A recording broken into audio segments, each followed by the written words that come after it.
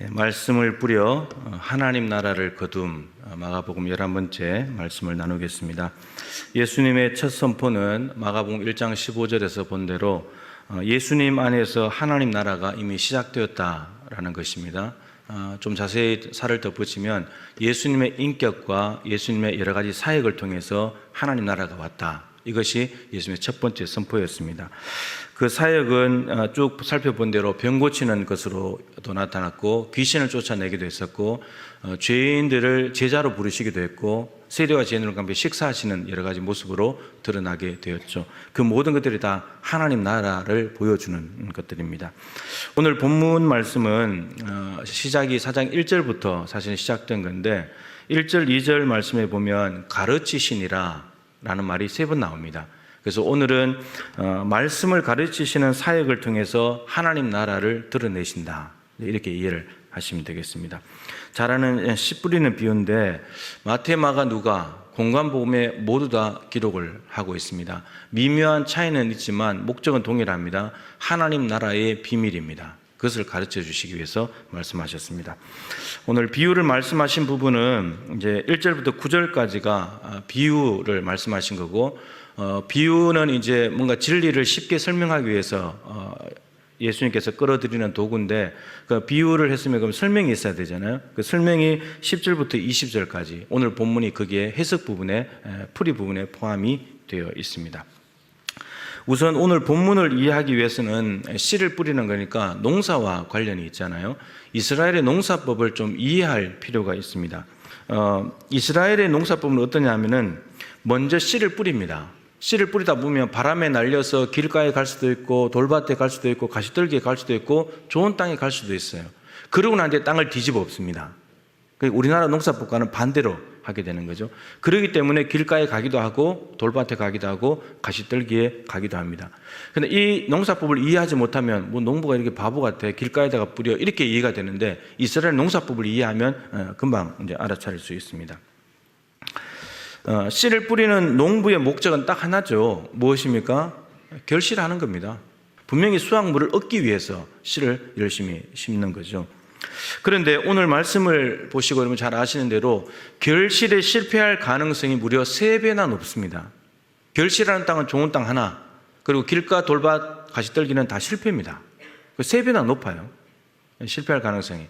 그러나 성공하게 되면은 4분의 1밖에 되지 않지만, 확률 25%지만 한번 결실을 잘하게 되면 최소 30배, 그리고 많으면 100배입니다.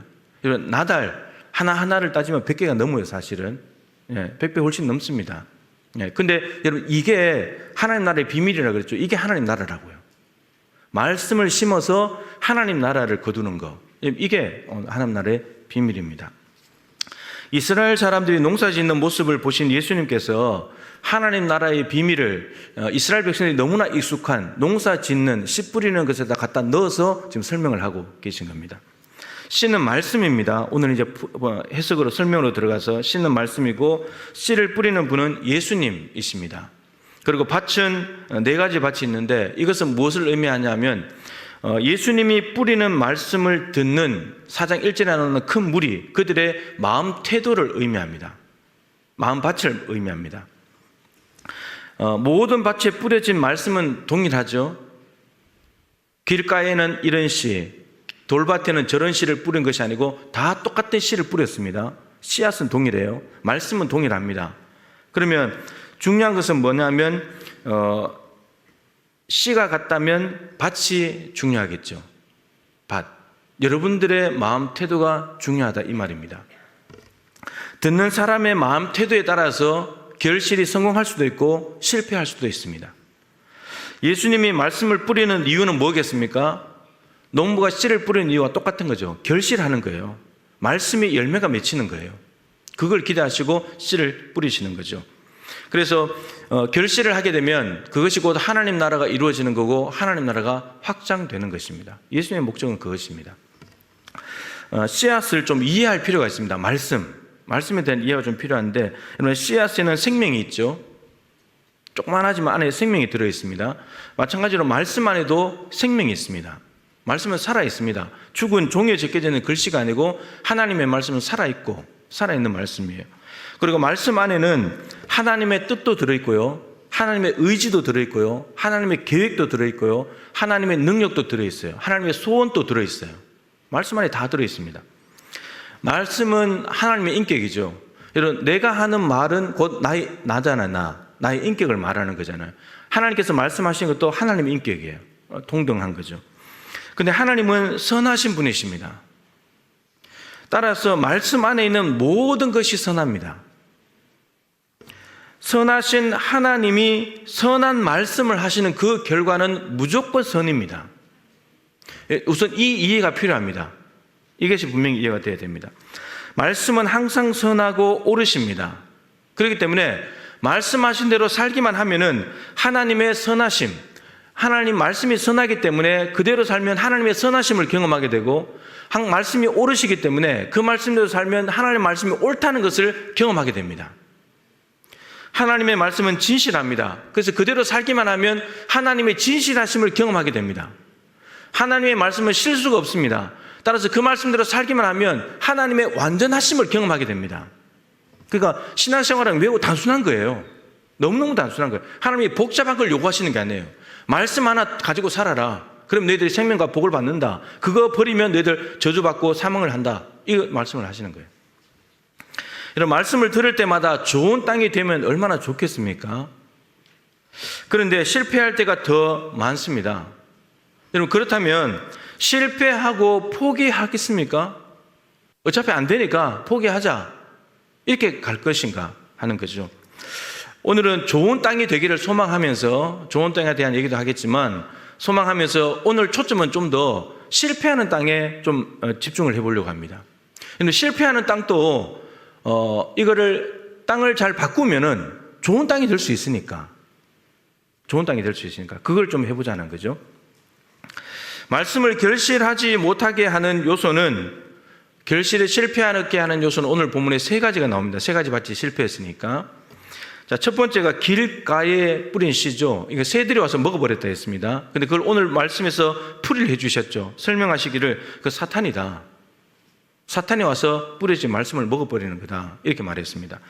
여러분, 하나님의 말씀을 교묘하게 비틀고 왜곡시켜가지고 하나님의 말씀을 따르지 않게 만들어버립니다. 사탄이 하는 일입니다. 아담과 하와, 우리 인류의 조상을 보면 알잖아요. 하나님께서 너 선악과 먹으면 죽어, 먹지 마, 이렇게 말했는데 사탄이 와서 야, 그거 진짜 정말 하나님 먹지 말라고 했냐?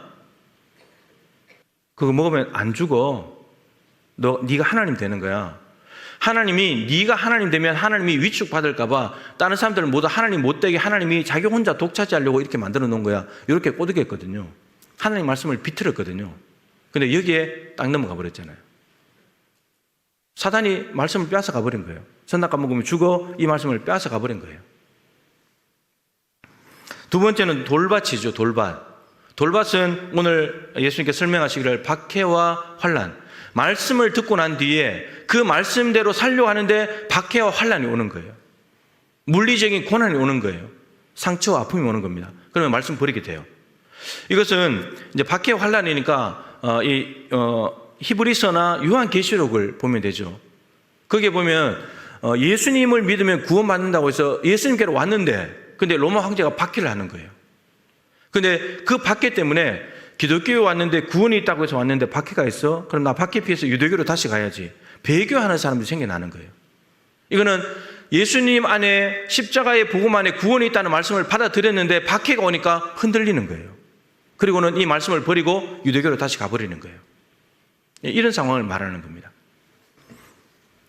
그리고 세 번째는 가시떨기죠. 세상의 염려, 재물의 유혹, 기타 욕심이라고 했습니다. 그럼 이 가시떨기, 이것들이 말씀이 들어왔는데 그것을 자라지 못할 기운을 막아버리는 거예요. 질식시켜버리는 거예요.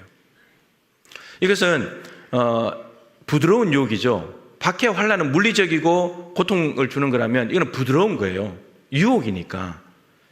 그래서 부자 청년을 예로 들면 이해가 될 겁니다. 왔을 때 어떻게 하면 영생을 얻습니까? 이 청년이 부자였지만 돈으로 영생 문제가 해결이 안 된 거예요. 그 예수님께 왔는데 예수님이 영생 얻는 방법을 가르쳐 줬죠. 말씀을 받았어요. 말씀을 받았는데 이 청년이 근심하며 돌아갔잖아요. 예수님께서 말씀하신 영생의 방법이 너 재산을 다 팔아 가난한 자에게 줘라. 그래 나를 따라와라.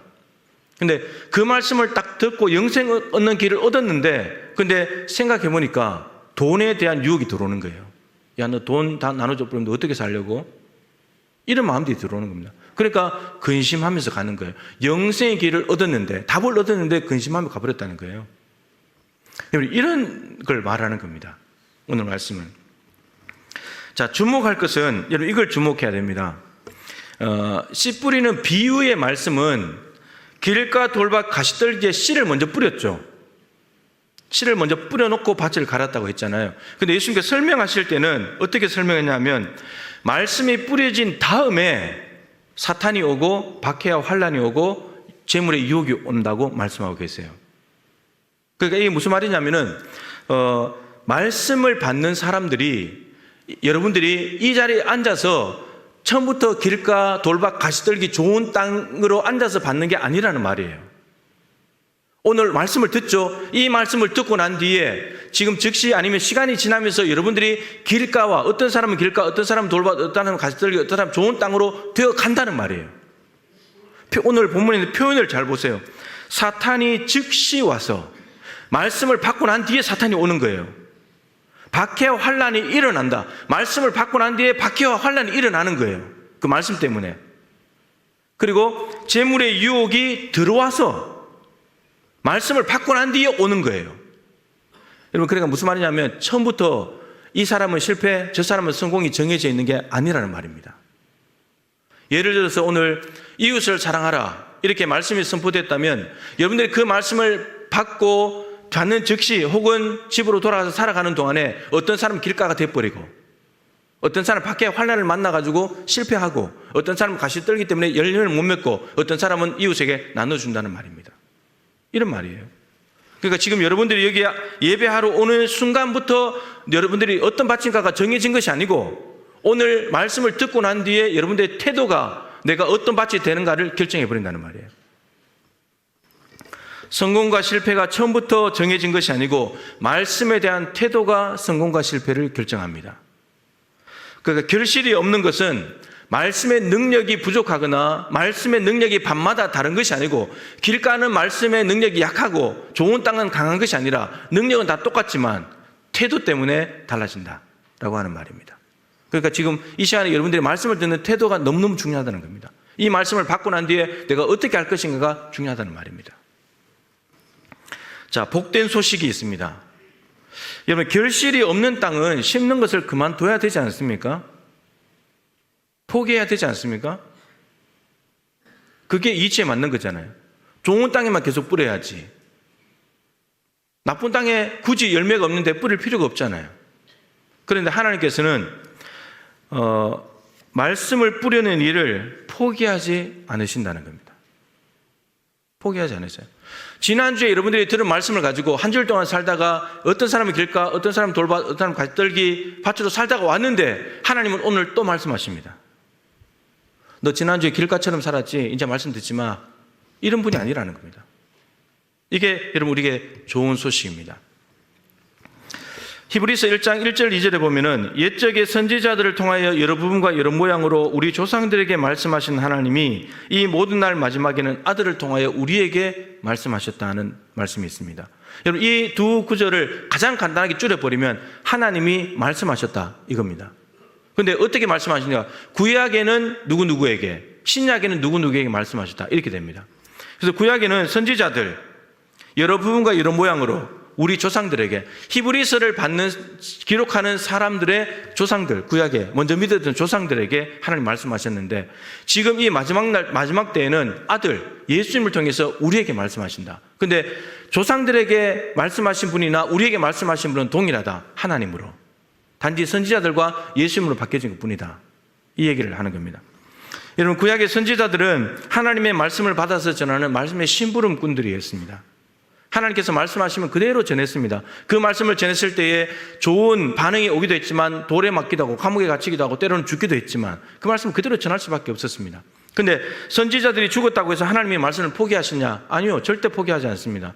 하나님 입장에서 표현이 예레미야서나 이런 데 보면 나오는 표현이 있습니다. 부지런히 보냈다. 부지런히 보내고 또 보냈다. 선지자들을. 선지자가 한둘이 아니잖아요. 수많은 선지자들을 보낸 겁니다. 말씀 좀 들으라고. 계속해서 말씀을 심는 거예요. 말씀을 심는 겁니다. 그러니까 정말 이해할 수 없는 인내심으로 말씀을 뿌리는 거예요. 그러다가 남유다까지 망해버렸는데도 말씀을 뿌려요. 정말 이해할 수 없는 인내심이에요. 그러니까 하나님은 내가 반드시 말씀 뿌려서 너희들 말씀으로 내가 열매 맺고 말 거야. 이런 너무나 강력한 의지. 근데 백성들은 말씀 들을 마음이 없고, 근데 하나님이 포기하지 않는다는 거죠. 그래서 선지자들이 다 끝나고 난 뒤에 예수 그리스도, 예수님께서 오셔서 뿌립니다. 정말 바보 같아 보이고 헛수고하는 것처럼 보이지만 또 뿌립니다. 여러분, 씨앗 낭비하는 거 아닙니까? 듣지도 않는 사람들에게, 말씀대로 살아갈 마음도 없는 사람들, 완악한 사람들에게 말씀 낭비하는 거 아니에요? 근데 하나님이 그 낭비를 하시더라고요. 그 말씀을 또 뿌려요. 아무리 변화라고는 도무지 기대할 수 없는 밭이라 할지라도 아들까지 보내서 또 뿌리시더라고요. 사도들을 보내서 또 뿌리시고요. 여러분, 하나님은 시대가 바뀌고 세대가 바뀌고 상황이 달라져도 계속해서 말씀하시는 분입니다. 지금도 말씀하십니다. 설교자들을 통해서 말씀하시는 거죠. 여러분, 좋은 땅은 결실합니다. 그죠? 좋은 땅의 특징은 오늘 그랬습니다. 말씀을 듣고 받아들이는 사람. 여러분, 이 말 의미 속에는 단순히 말씀을 귀로 듣고 마음으로 받아들이는 사람이 아니고 그대로 사는 사람을 의미합니다. 그래야 결실이 되니까요.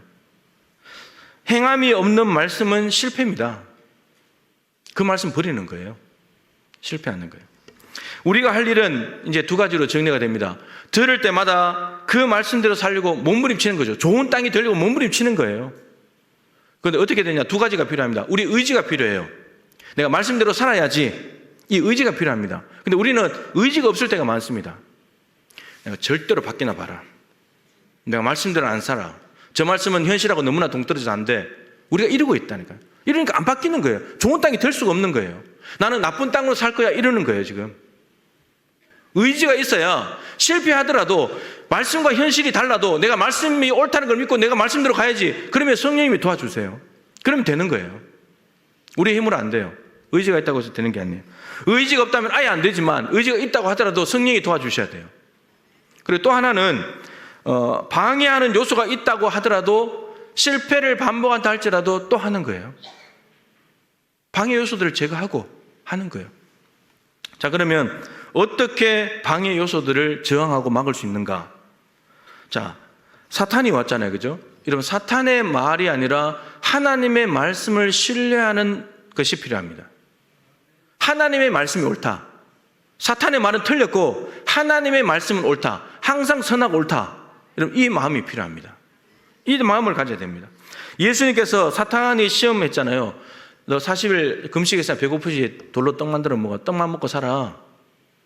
성전에서 뛰어내려. 천사들이 딱 받아줄 거야. 성경 9절까지, 시편 91편 12절을 인용하면서까지 받아줄 거야. 너 인기와 명예를 좀 누려. 그리고 나한테 절만 한번 해. 온천하 줄게.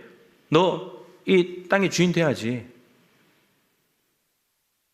너 대박 나야지. 이거 온천하를 네가 얻어야지. 여러분, 이거 유혹했거든요. 근데 예수님께서 신명기에 있는 말씀을 세 구절 딱 뽑아가지고 다 물리쳐버렸어요. 그러니까 예수님 안에 구약 말씀이 있는 거고 그 말씀에서 이 상황에서 뭐가 적절한지를 끄집어내서 사탄이 유혹해오는 말, 내 속에 있는 말씀을 가져가려고 할 때 그 말씀을 오히려 끄집어내가지고 성령의 검으로 물리쳐버린 거예요. 결과는 이에 마귀는 떠나고. 이겨낼 수 있다는 거예요.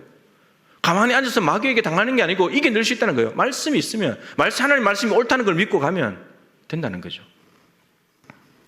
그 다음에 박해와 환란이 왔을 때는 십자가의 고난을 이겨내신 예수님의 인내를 기억하면 됩니다. 여러분, 예수님께서 고난을 통해서 영광의 자리에 가신 것을 우리가 바라볼 때, 믿음의 눈으로 바라볼 때, 우리의 시선을 거기에 볼 때 이 땅에서 지금 나에게 다가오는 환란을 이겨낼 수 있다는 겁니다. 여러분, 예수님에게 고난이 없이 특별한 방법이 있는 게 아니에요. 참아내신 겁니다. 앞에 있는 기쁨을 바라보면서 내가 죽음으로 끝이 아니야. 나 저기 가. 이거 생각하시면서 참아냈다는 거죠. 세 번째, 세상의 염려와 재물의 유혹과 기타의 욕심은 어떻게 이겨낼 수 있느냐? 내 안에 내주하시고 함께 하시는 성령님을 기억하면서 만족하면 됩니다. 히브리서 13장 5절 말씀에 보면 돈을 사랑치 말고 있는 바를 족한 줄로 알아라. 돈을 자꾸 사랑합니다. 말세가 되면 돈이 나의 삶을 책임져 줄 것처럼 여겨지니까. 근데 돈 사랑하지 말고 있는 바를 족한 줄로 알아. 이유가 있습니다. 왜냐하면 하나님께서 너희를 버리지 않고 떠나지 않으시기 때문에. 여러분, 하나님께서 우리를 떠나지 않고 버리지 않는다는 것은 한마디로 말하면 임마누엘인데, 정확하게 말하면 지금 우리와 임마누엘 하는 분은 성령님이죠. 성령님 우리 안에 계셔. 야, 하나님 계신데 너 왜 돈 사랑하고 난리야? 성령님 사랑해야지. 돈이 네 삶 책임져 주는 게 아니야. 성령님이 책임져 주는 거지. 그걸 통해서 재물의 유혹을 이겨내라는 겁니다. 히브리서 4장 2절에 보면 하나님의 말씀이 우리에게 유익이 되려면 믿음과 결부해야 된다는 말씀이 있습니다. 그러니까 하나님께서 어떤 말씀을 하셨는데 이거를 믿음과 결부시켜야, 믿음으로 붙잡아야 이 말씀 안에 있는 유익이 다 내 것이 된다, 이런 말입니다. 그러면 아무리 하나님의 말씀을 할지라도 하나님이 말씀하시는데 이걸 믿음으로 받아들이지 않는다면, 이거 못 믿고 불신하고 버린다면 이 말씀 안에 있는 유익은 하나도 내 것이 못 되는 거예요. 이게 구약의 백성들을 염두에 두고 하신 말씀인데, 우리가 중요한 건 이거죠. 그러면 무슨 믿음이 있어야 되는가? 무슨 믿음이 있어야 되는가? 이 믿음이 있으면 되죠. 하나님의 말씀이 항상 옳고 선하며 반드시 말씀대로 된다는 믿음이 있으면 됩니다. 또한 예수님께서 참고 견디시는 인내를 보여주셨는데 나도 그것을 따르면 반드시 기쁨과 영광을 얻게 된다는 믿음이 있으면 됩니다. 그리고 성령께서 내 안에 내주하심을 의지하고 그분과 보조를 맞춰서 살아가면 그분이 내 삶을 책임진다는 믿음이 있으면 됩니다. 그러면 길가 돌박 가시들기 어떠한 유혹과 방해가 와도 이 삼위일체 하나님에 대한, 하나님을 믿는 믿음, 이 믿음만 가지고 말씀을 딱 붙잡아 버리면 우리는 언제나 좋은 땅이 될 수 있습니다. 그러면 우리에게 믿음이 없느냐? 믿음이 없을 때가 있어요. 그러면 아무리 하나님 말씀하셔도 또 유익을 얻지 못하게 되는 거죠. 그러니까 결국은 우리의 믿음의 문제예요. 말씀이 옳고 말씀대로 된다는 믿음, 이게 우리에게 제일 중요한 일입니다. 오늘 본문에 나오는 예수님의 기대가 있습니다. 말씀을 마칩니다. 하나님 나라의 비밀을 말씀을 통해서 뿌려서 하나님 나라를 거두기를 원하시는 겁니다. 그다음 우리가 이 기대에 부응하기 위해서는 결실을 해야 되겠죠. 결실하는 방법은 두 가지. 방해하는 요소들이 있다면 믿음으로 극복하고, 또 좋은 땅이 되기 위해서 몸부림쳐서 결실하면 됩니다. 그래서 하나님 나라가 우리를 통해서 이루어지고 확장되어서 열매를 기대하시는 하나님을 기쁘시게 할 수 있는 저와 여러분, 우리 동부교회가 될 수 있기를 간절히 소망합니다.